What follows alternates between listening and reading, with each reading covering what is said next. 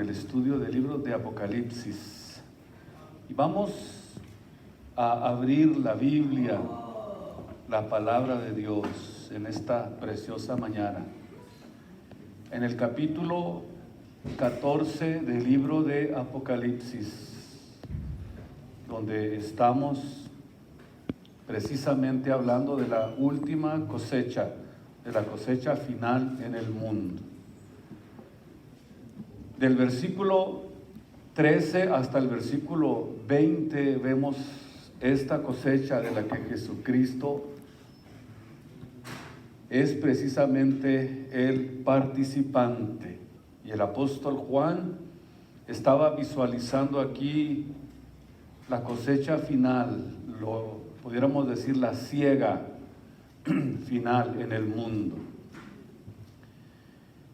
Dice: oí una voz del cielo que me decía, versículo 13, bienaventurados los muertos de aquí, o sea, de esta etapa hacia adelante. ¿Cuál es esta etapa? La etapa de la gran tribulación. Bienaventurados los muertos, los mártires que sufran esta etapa de aquí en adelante. Gloria al Señor. Vamos a ir versículo por versículo, pero por lo pronto tomen sus asientos y vamos a poner mucha atención a la palabra de Dios en esta preciosa mañana. Cuando nosotros encontramos en el versículo 14 de Apocalipsis la expresión de alguien, que estaba sobre una nube sentado, semejante al Hijo del Hombre, habla precisamente de la profecía de Daniel acerca de la venida de Jesucristo. En el capítulo 7, versículo 13 y versículo 14 del libro de Daniel. Esta profecía, o sea, cada vez que ustedes en la Biblia escuchen la expresión como Hijo de Hombre, está hablando de la etapa de la redención que se llevó a cabo por nuestro Dios y Salvador Jesucristo manifestado como un hombre. O sea que Daniel dice que venía, o sea, cuando la palabra de Dios, cuando Cristo vino a este mundo, vino, dice la Biblia, como un hombre. Decía que he aquí en las nubes del cielo como un hijo de hombre que venía. Daniel 7:13. Es una visión la que está teniendo el profeta Daniel acerca de Jesús. 600 años antes de que Jesús se manifestara en el mundo, Daniel ya estaba viendo la manifestación de Dios como un hombre, a través de un cuerpo visible, y dice que vino y a través del proceso en el que él venía, creció y llegó hasta la medida de un anciano. Naturalmente que no está hablando de un viejito reumático, barbón, sino que está hablando del proceso en el que Jesús como hombre alcanzó la medida de la edad a la que ustedes y yo algún día vamos a llegar, a la medida de la edad de la plenitud de Cristo. O sea, este proceso en el que vino, por eso dice la Biblia, salí del Padre, dijo Jesús, y he venido al mundo. Eso significa que Él venía a llevar a cabo un proceso de redención, pero tenía que hacerlo como hombre para convertirse en un cordero. Este cordero sacrificado traería la redención a través de este proceso. Si ustedes pueden comparar Daniel 7, 13 y 14, se van a dar cuenta que es exactamente la visión que Juan ve en Apocalipsis 14, 14. Pero Juan, dice la Biblia, que lo ve con una corona de oro, que es la corona del vencedor, símbolo de victoria de nuestro Señor Jesucristo. Y es aquí presentado como el Cordero de Dios, el que llegó, y lo que dice Lucas capítulo 10, cuando Él declaró y dijo, toda potestad me es dada en el cielo y en la tierra, significa exactamente que su señorío, versículo 14 de Daniel, señorío eterno que no será transitorio. En otras palabras, su señorío es un señorío eterno, su reino eterno que no se corromperá de ninguna manera. Él es el Todopoderoso, el vencedor de la tribu de Judá. Decíamos también el triunfo que Él logró sobre la muerte, sobre el príncipe de las tinieblas, y que esa autoridad de vencer también se la entregó a sus redimidos. Vemos entonces que es maravillosa precisamente la posición a la que Cristo llega como hombre, porque Él vino como hombre y a través de ese proceso alcanzó la redención para cada uno de nosotros. En el libro de Mateo, perdón, estoy batallando un poquito con mi garganta, capítulo 24, versículo 30. Escuchen ustedes que también habla precisamente de la señal de Jesús, donde dice que se mostrará la señal del Hijo del Hombre en el cielo, y entonces lamentarán todas las tribus de la tierra. Está hablando exactamente de este proceso en el que dijo Juan, de aquí en adelante, todos los muertos en Jesús van a ser bienaventurados. Todos los que mueran en el tiempo de la gran tribulación, de acuerdo a la Biblia, dice, serán bienaventurados. Y en Mateo 26, versículo 64, también Jesús dijo algo muy importante, y aún os digo, dice el Señor, que desde ahora habéis de ver al Hijo del Hombre sentado a la diestra de la potencia de Dios. Escuchen ustedes, Él vino y llegó hasta la medida del anciano de grande edad. En otras palabras, se sentó en las nubes de los cielos con toda potestad y gloria.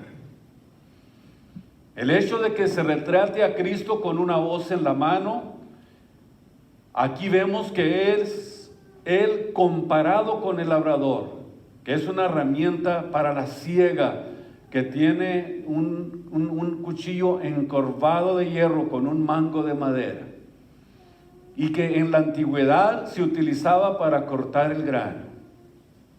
Naturalmente ahorita pues hay maquinaria completamente moderna, diferente, pero era el sistema en el que se levantaban las cosechas.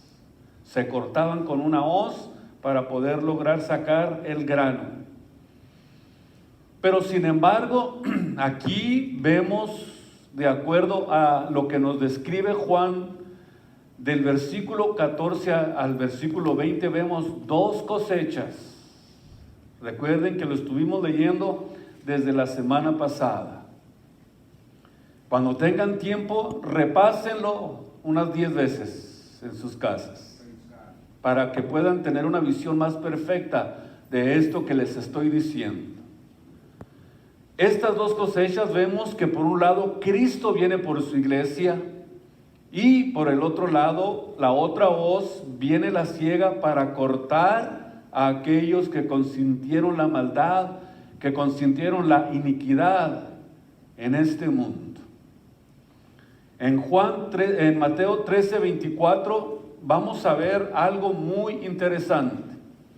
Abran sus Biblias en el libro de Mateo capítulo 13 y vamos a ver detenidamente cómo Jesús ilustró. Escuchen esto, este acontecimiento en el capítulo 13 del libro de Mateo, a partir del versículo 23.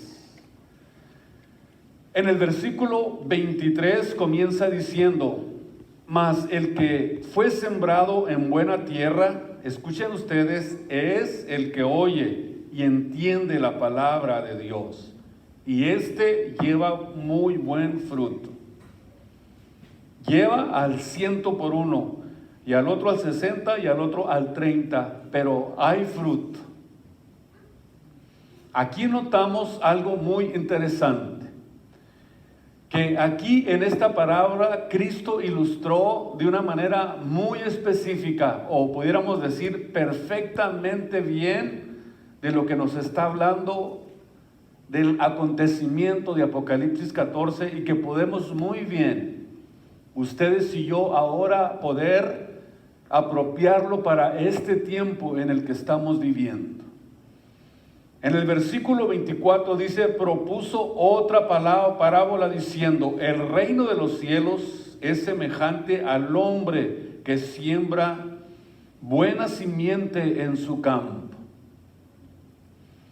Mas, escuchen ustedes, durmiendo, vino el enemigo y sembró cizaña en el trigo y se fue. Escuchen aquí, el campo naturalmente es la iglesia, los redimidos de Jesús. Ustedes como iglesia tienen que estar conscientes que de alguna manera el enemigo siempre va a venir a querer sembrar cizaña entre nosotros. Sembrar separación. El campo de Jesús o la siega de Cristo aquí está. Nos está ilustrando a este mundo donde nosotros vivimos como un campo, usando un término simple, un término sencillo que lo puede entender desde el científico o desde el hombre más iletrado hasta el hombre menos iletrado. Aquí creo que es muy difícil que no lo podamos entender. Por eso utilizó la palabra de labrador. Cristo nos enseña que el que siembra una semilla en este mundo y no tiene una simiente aquí, o sea, tú y yo, pero dice la Biblia que mientras dormían, vino el enemigo, que es el diablo, Satanás, que siembra cizaña entre el campo o en medio del campo. En otras palabras, siembra cizaña, no se asuste, entre nosotros. Voltea a ver quién está a su lado. No será este. Imagínese usted lo que la Biblia nos está diciendo. Quiere decir que en todas las iglesias del mundo existe el trigo y existe la cizaña. En todas las iglesias no todos son ovejas, hay un que otro cabrito. Y en el versículo 26, donde estamos, capítulo 13, y como la hierba salió e hizo fruto, entonces también apareció ¿qué? La cizaña. Pudiéramos decir que esta es como una ilustración de los esfuerzos de Satanás para engañar a la iglesia, mezclando sus hijos con los hijos de Dios, queriendo meter a su simiente con la simiente de Jesucristo. Por eso Jesús, cuando se confrontaba en el mundo, él sabía distinguir precisamente estas dos simientes que hay en el mundo. Y no debemos nosotros de ignorar que hay dos simientes. Por eso va a haber dos cosechas en las que Cristo se va a enfocar en la recta final de la iglesia. Está la simiente de los hijos de Dios y está la simiente de los fariseos y de los saduceos, a los que Cristo les dijo claramente: vosotros de vuestro ¿qué? Padre, el diablo sois. Vean ustedes cómo Jesús tenía la capacidad, la visión para poder visualizar esas dos simientes que hay en el mundo. No es lo mismo que le dijo a Pedro. A Pedro dijo: quítate de en medio de mí, Satanás, porque me eres escándalo. ¿Por qué? Porque él de alguna manera quiere sembrar y sembrar cizaña en el campo de Dios. Quiere él meterse y destruir lo que Dios está construyendo por medio de la predicación del Evangelio. Vemos entonces que él está tratando de mezclar a sus hijos con los hijos de Dios. Porque nosotros nos damos cuenta que esto es exactamente lo que está sucediendo en nuestro alrededor. Hay hermanos entre nosotros, entre comillas, y la Biblia dice que serán muchos los que van a ser como piedra de tropiezo para la obra de Dios. ¿Saben ustedes por qué? Porque la carne siempre persigue a los del Espíritu. Los Saúles están siempre lanzándole lanzas a los David. El Caín detrás de su hermano. Es algo que nosotros lo podemos distinguir en la Biblia y no nos asombra, porque es precisamente la enseñanza de la Biblia la que nos da a nosotros precisamente estas enseñanzas. Caín siempre va a odiar a sus hermanos. Vemos entonces aquí que siempre vamos a ver vislumbrar en medio del campo de Dios a la cizaña. Siempre la vamos a ver vislumbrar. Cuando comienza a aparecer el fruto y nosotros decimos: wow, parecía un Pablo este varón, y mira nomás con lo que sale. Vean ustedes que es así precisamente como Satanás viene y engaña y quiere de alguna manera destruir la iglesia de Jesucristo. En el versículo 27 de Mateo 13: y como la hierba salió e hizo fruto, entonces dice, apareció la cizaña, y llegándose los siervos del padre de familia, le dijeron: Señor, ¿no sembraste buena simiente en tu campo? ¿De dónde pues salió la cizaña? ¿De dónde salió? ¿Por qué apareció? ¿Qué fue lo que pasó? Tenemos, por ejemplo, aquí otro principio. Nosotros los cristianos no fuimos enviados porque necesitamos aprender esto que es muy importante. Ellos fueron y le dijeron: Señor, salió cizaña. Pues ¿qué no sembramos puro trigo? ¿Por qué salieron esos girasoles tan grandotes, tan bonitos, con unas floresotas amarillas tan bonitas en medio del trigo? Y les dijo: un hombre enemigo ha hecho esto. Y los siervos le dijeron: ¿quieres que vayamos y que lo cojamos y que le demos una paliza y acabemos con él? Fíjense bien lo que le estoy diciendo. ¿Saben por qué les digo esto? Porque aquí notamos otro principio. Quiero que sepan que nosotros, los cristianos, no fuimos enviados a este mundo para acabar con la maldad. Escuche esto, es muy importante que lo entendamos. Fuimos enviados para tratar de prevenir con la predicación del Evangelio el aumento de la maldad, que es muy diferente. Aquí notamos entonces que somos, de acuerdo a la Biblia, la sal de la tierra. La sal evita que la carne se pudra. Por eso tiene esos elementos que le dan la capacidad de conservar la carne.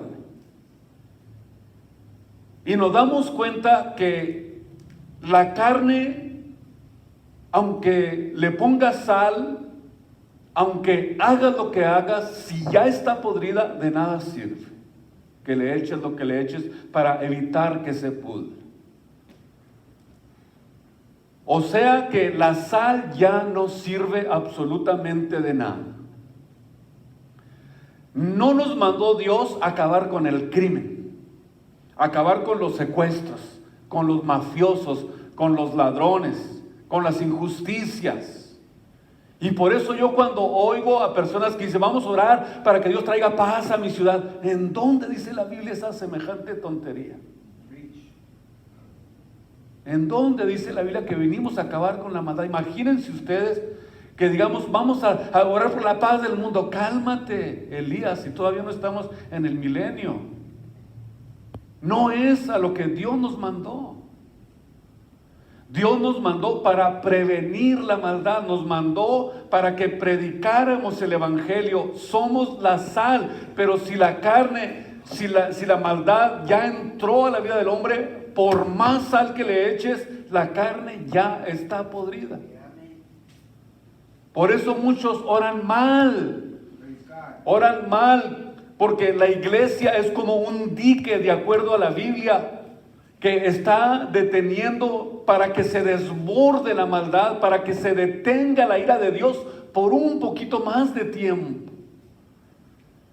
Pero cuando la iglesia salga, o cuando nos vayamos con Cristo, entonces, de acuerdo a segunda de Tesalonicenses, 2, 6 y 7, entonces es cuando va a ser quitado de en medio lo que está impidiendo la ira de Dios sobre esta tierra.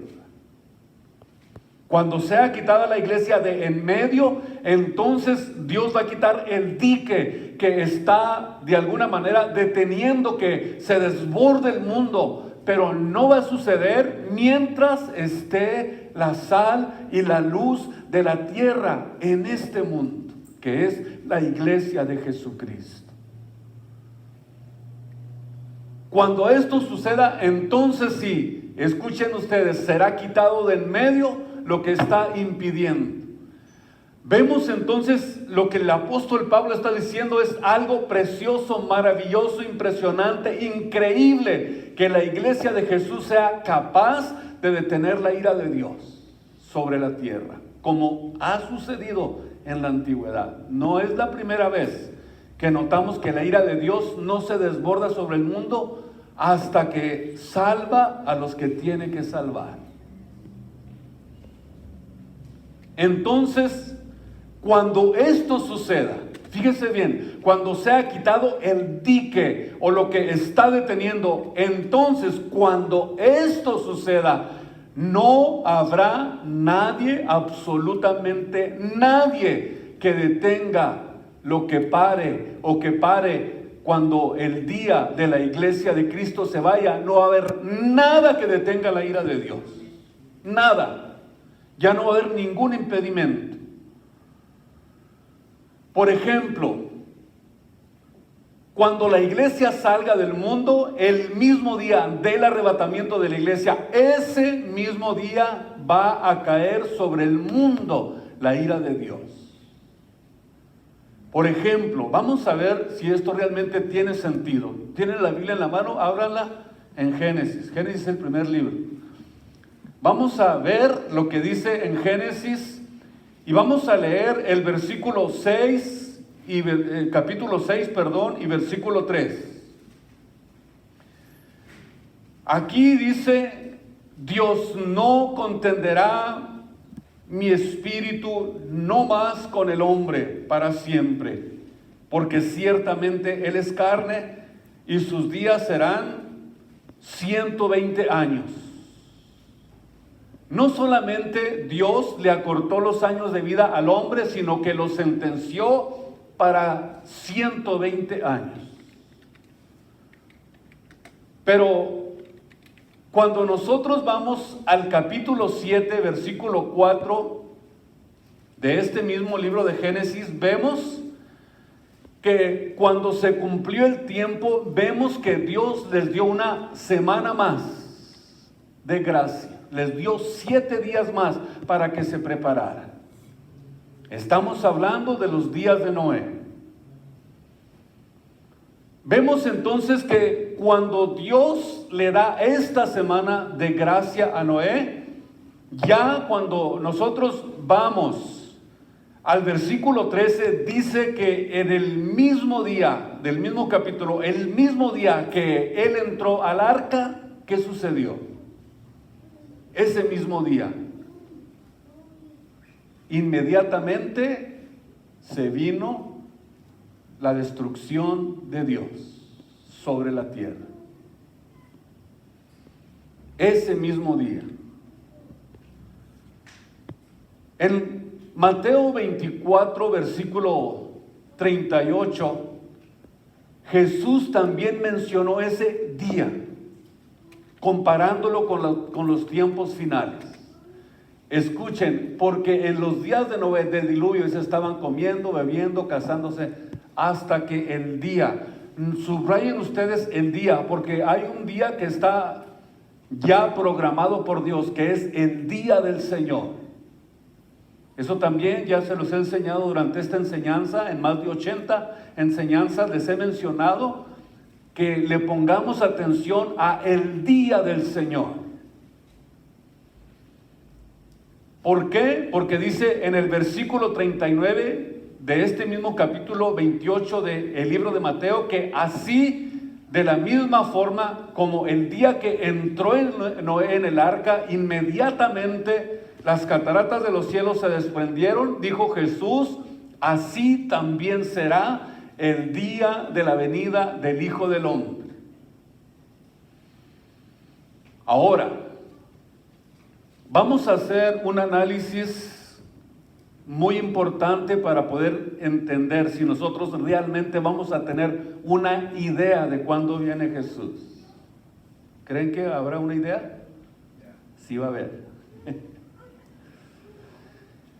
En el caso de los días de Noé, pasó por desapercibido todo lo que iba a acontecer. ¿Para quién? Para los incrédulos. Porque andaban en su mundo de fiesta en fiesta, de pachanga en cachanga, y dice, no pasa nada, yo veo todo el mundo igual. Ahorita usted puede ver a la gente y dice, no pasa nada. Dice, desde que están diciendo que va a pasar esto, que va a pasar aquello. Notamos entonces, número uno, que Dios les había dado un tiempo determinado, y al decir que les da una semana más, dígame usted, ¿sabía o no sabía Noé cuándo iba a suceder? Sí sabía. Claro que lo sabía, y sabía exactamente el día en que tenía que entrar al arca. Lo mismo sucedió con Sodoma y Gomorra. Lucas capítulo 17, versículo 28 y versículo 29. Quiero que ustedes, a través de este análisis, hagamos un recuento muy interesante para darnos cuenta de esto. Dice el versículo 29, mas el día que Lot salió, escuchen, subrayen, el día exactamente que Dios salió, ¿qué fue lo que sucedió? Llovió fuego del cielo. Exactamente. Por eso les digo que exactamente el día que se quite el dique que está deteniendo, se va entonces a derramar la ira de Dios, de acuerdo a lo que hemos estado estudiando en el capítulo 14 del libro de Apocalipsis, versículo 20. Aquí vemos claramente que habla del mundo como un lagar que será hollado y será pisoteado, que es el tiempo del Armagedón, que lo vamos a estudiar enseguidita, en estos días. Vemos aquí que el día que Lot salió, inmediatamente cayó fuego y azufre. Pero escuchen en el versículo 30, aquí, escuchen, interesante, en el versículo 30 donde dice, como esto, o sea, escuchen, está diciéndonos lo mismo, o sea, Dios a su iglesia la va a percibir. Nadie sabe el día ni la hora, pero sí Cristo nos dio muchas señales para que estuviéramos alertas. Es más, casi nos dijo cuando iba a venir, cuando estudiamos la Biblia detenidamente. Lógico, lo aclaro, nadie sabe el día ni la hora, pero tenemos una idea. Como esto será el día en que el Hijo del Hombre se manifestará. Número 1, vemos que exactamente Lot salió de Sodoma y inmediatamente fuego y azufre cayó sobre esta ciudad.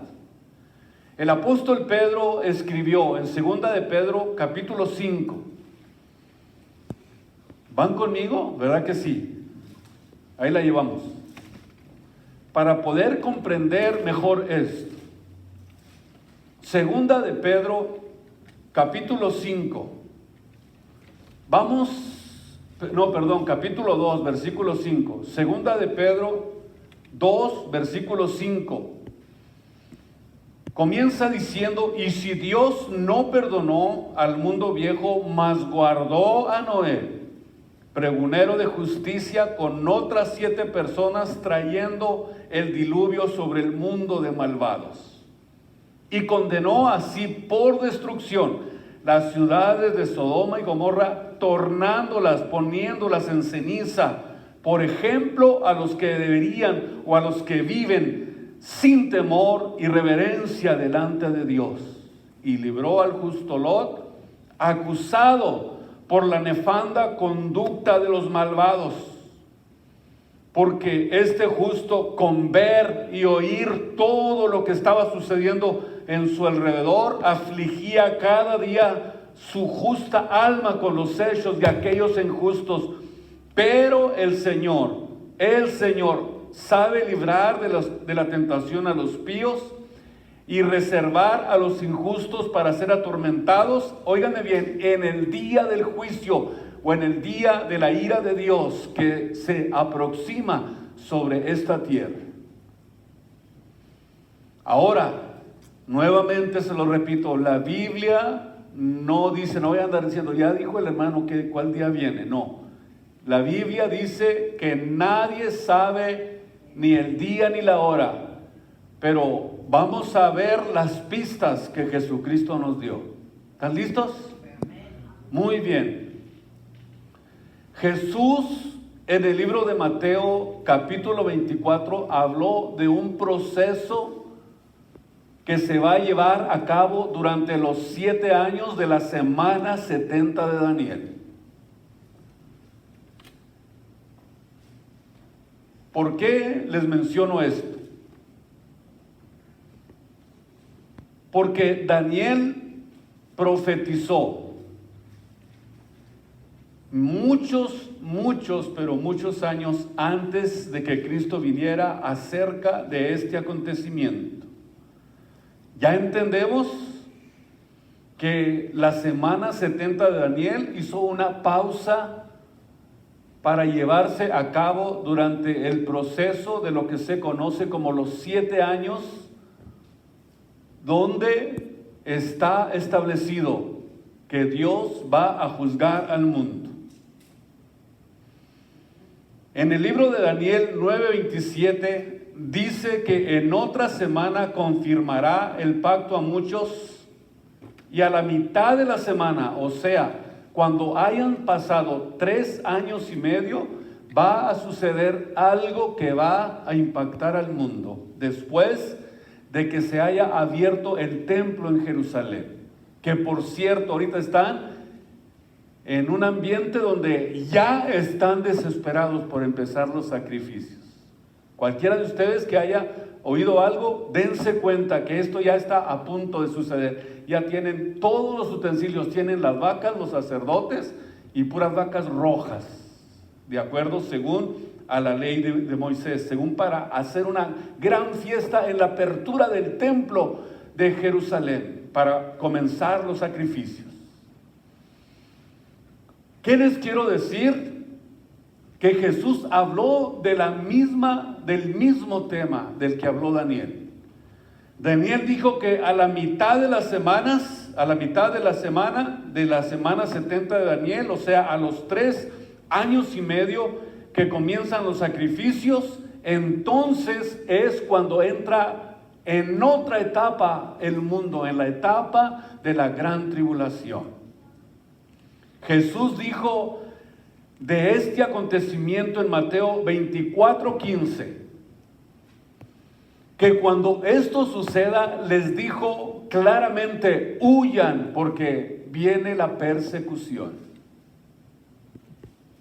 ¿Y qué dice Apocalipsis 14? Bienaventurados los muertos de aquí en adelante. A partir de la mitad de la semana 70 de Daniel, de aquí en adelante van a ser bienaventurados todos los mártires que mueran cuando entre esta etapa en el mundo. Jesús, decíamos, lo describió en el libro de Mateo, capítulo 24:15 en adelante, de esta manera, de la manera más clara y más sencilla. Vamos a ver, Mateo capítulo 24, vemos la perfecta sincronía con la que Jesús habla acerca de lo que habló el profeta Daniel.